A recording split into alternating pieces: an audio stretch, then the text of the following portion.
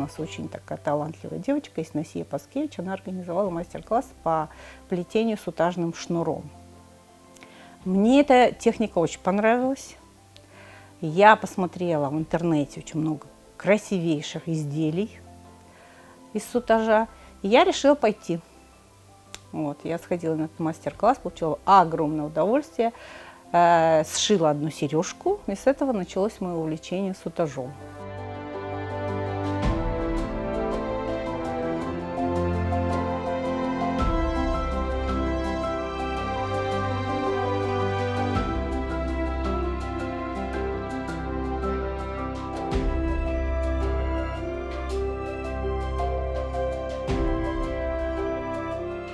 Вот из этого простого на вид сутажного шнура можно создавать совершенно потрясающие вещи.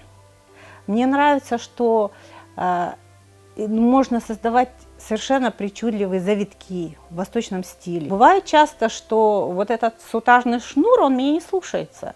Я хочу сделать что-то одно, а он как-то вот поворачивает, и получается совсем другой завиток, и в результате получается совсем неожиданный результат. И вот именно это меня и привлекает. И еще мне нравится, что я не ограничена в своих фантазиях. Я никогда не рисую эскизы. Часто бывает так, что я начинаю делать что-то одно, а в результате у меня получается что-то другое. И мне это нравится. Потому что вот не люблю находиться в каких-то рамках. Для меня важна свобода самовыражения.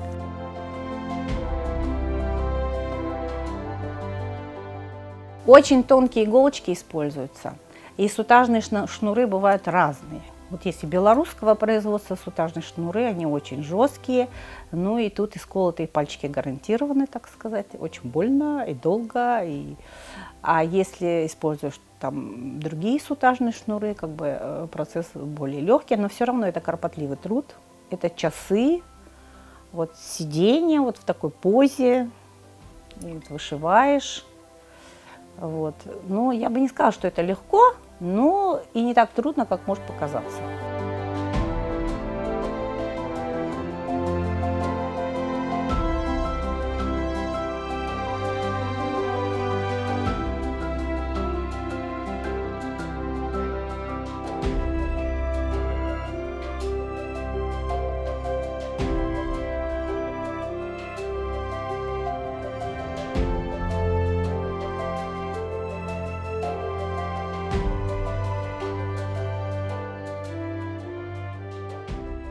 Символизм имеет же большое значение вообще в истории, в культуре разных народов. И, естественно, у нас тоже символизм и в быту даже.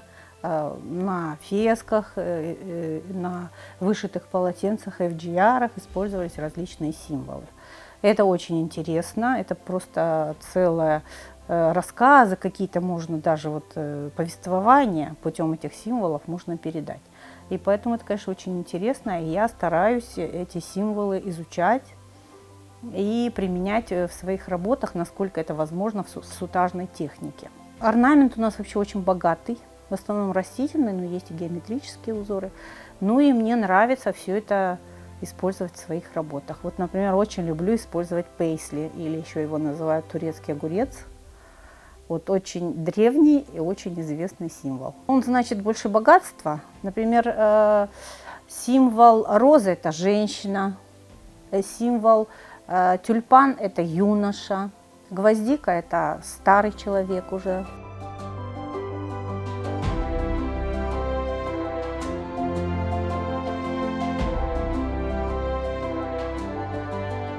Мне всегда хотелось сшить пояс. Моя мама, когда выходила замуж из деревни Махульдур в деревню Багатыр, свекровь подарила ей кумуш хушах крымско-татарский, очень красивый, я тоже в нем выходила замуж.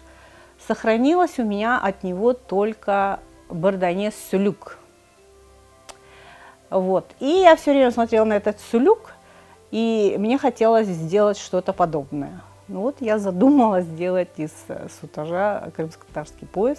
Последние уже мои изделия, это уже чисто моя технология, потому что для навершия вот тепелик, фесок, мне показался классический сутаж очень тяжелым. Мне захотелось сделать что-то более легкое, вот я стала придумывать свое. Мне всегда хотелось оставить что-то своим внукам, чтобы им напоминало об их корнях. И вот поэтому я хочу им оставить наследство собственноручно сделанные фесочки, пояса, чтобы они знали, кто они, откуда они родом, какие у них истоки богатые и насколько это ценно.